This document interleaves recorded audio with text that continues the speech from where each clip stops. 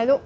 Quelqu'un m'a demandé de faire une vidéo au sujet de comment on peut voyager en Chine de manière économique. Donc, voyager en dépensant pas trop d'argent. Ça me fait plaisir de vous expliquer ça. J'aime beaucoup habiter en Chine et j'aime beaucoup voyager en Chine. Euh, le premier élément de réponse, c'est pas cher. En partant, c'est beaucoup moins cher en général en Chine qu'au Canada, par exemple. Donc, le restaurant est beaucoup moins cher, les transports sont beaucoup moins chers. C'est fantastique. Donc, en partant, c'est déjà économique être ici par rapport à être au Canada. Et la meilleure astuce que je peux vous donner pour voyager de manière économique, pour économiser de l'argent, c'est d'aller dans les petites places. Donc, voyager dans les plus petites villes au lieu de seulement voir Beijing, Shanghai, tout ça, Chengdu. Si vous allez dans les plus petites villes, ça va être beaucoup moins cher. Et quand je dis petite ville, en Chine, une petite ville, c'est 3, 4, 5 millions d'habitants. Donc, c'est pas des petites villes, mais pour la Chine, c'est petit parce qu'il y a beaucoup de villes, il y a beaucoup de population, il y a beaucoup de gens. Donc, dans les petites villes, les prix vont être plus bas. Puis, pour les restaurants, si vous allez dans les plus petits restaurants, les petits restaurants normaux, ordinaires, ça va être moins cher. Oui, ça peut être le fun d'aller dans les grands restaurants plus fancy, plus luxueux, mais c'est pas nécessaire. Donc, c'est la chose la plus importante si vous voulez économiser de l'argent, aller dans les plus petites villes et dans les plus petits restaurants. Et on mange très bien dans tous les restaurants. J'ai jamais mangé dans un restaurant en Chine que je me disais, ouh, c'est pas bon.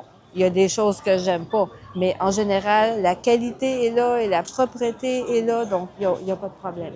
Là, je vous ai dit, aller dans les petits restaurants, ça va être aussi bon et ça va être moins cher. Là, vous allez dire, ouais, mais je parle pas chinois. C'est pas un problème. En Chine, il n'y a pas de stress. Les gens, même s'ils parlent pas anglais, ils vont sortir leur téléphone puis ils vont traduire avec les applications de traduction et vous pouvez faire la même chose. Puis pour voir le menu, vous pouvez prendre votre application de traduction et voir la traduction du menu qui est normalement seulement en chinois. Donc, oui, tout est en chinois, mais c'est très facile de traduire. Et même si vous pouvez pas traduire, les gens sont gentils. Vous êtes dans un restaurant, c'est clair que vous voulez manger. Donc, si vous pointez quelque chose, s'il y a des images au mur ou si vous pointez qu'est-ce qu'il y a sur une table, quelqu'un qui est en train de manger, ils vont comprendre que vous voulez ça et ils vont vous l'apporter. Puis dans les petits restos, en général, ça va coûter 3, 4, 5 piastres. 5 dollars maximum pour un plat de nouilles, un plat de wonton. C'est vraiment pas cher et c'est bon et c'est frais. La fraîcheur est une qualité très importante en Chine. Pour les restaurants, j'ai 2 recommandations. La première recommandation, c'est regarder les restaurants. Est-ce qu'il y a une place qui a l'air bonne? Ça a l'air à votre goût? Ça vous tente d'aller là? Il y a du monde dedans? C'est occupé? C'est probablement bon, allez-y.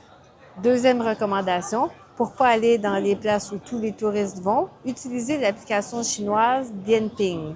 Dianping, c'est une application pour les restaurants. Donc, vous pouvez chercher quelle sorte de restaurant vous voulez, par emplacement, quelque chose pas loin d'où vous êtes. Et là, pour chaque restaurant, vous allez avoir les reviews, les critiques des usagers et il va y avoir toujours les plats recommandés par les usagers. Donc, c'est quelque chose qui est fait.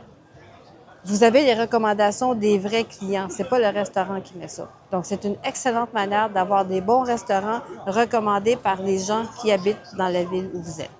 Donc là, on a parlé des restaurants.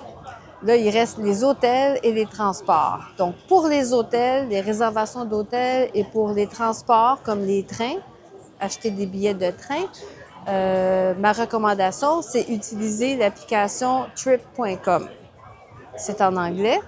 Vous avez tout ce qu'il faut. Vous pouvez regarder tous les hôtels et vous allez voir que c'est beaucoup moins cher qu'à Montréal pour un bon hôtel sécuritaire, propre, confortable, avec la petite cafetière, des poches de thé, le buffet inclus souvent pour le matin. Puis il y a beaucoup de choses dans le buffet, pas seulement de la bouffe chinoise qui est peut-être bizarre pour le matin.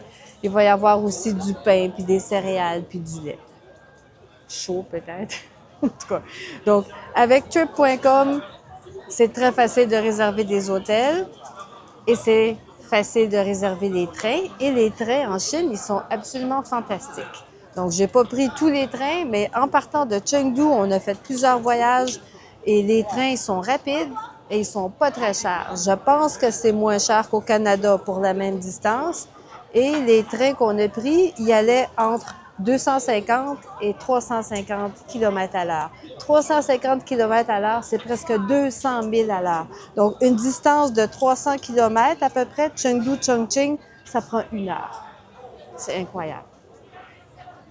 En tout cas, on a fait plusieurs voyages, ça se mélange dans ma tête, mais les trains sont très bons, très rapides, très sécuritaires, abordables. Il y a plusieurs classes. Vous pouvez, même si vous prenez la première classe, il y a plus d'espace, mais c'est pas très cher.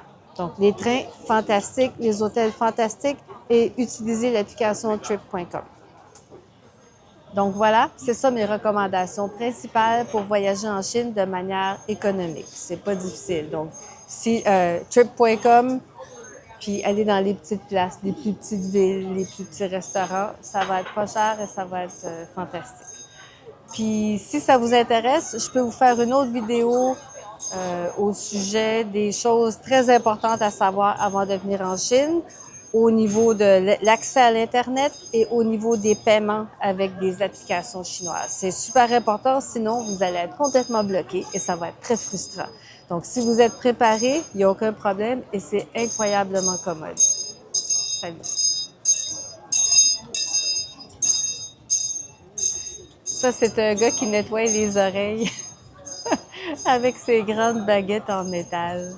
Moi, je ferai jamais ça. J'ai ben trop peur d'avoir des grandes baguettes en métal dans mes oreilles.